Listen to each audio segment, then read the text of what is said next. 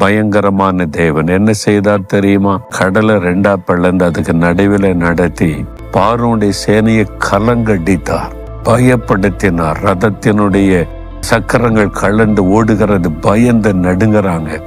ஐயோ, அவருடைய தேவன் யுத்தம் பண்ணுகிறார் என்று பயந்து நடுங்கும்படி செய்தார். கடலுக்குள்ளே அழித்து போட்டார். அவர் பயங்கரமான காரியத்தை செய்கிற தேவன் உங்களுக்கு செய்வார். நீங்க பயப்படுகிறபடி அவர் விடமாட்டார். உங்களை பயமுறுத்துகிற காரியங்கள் உங்களை பார்த்து பயந்து ஓட போகிறது. விசுவாசிக்கிறீங்களா?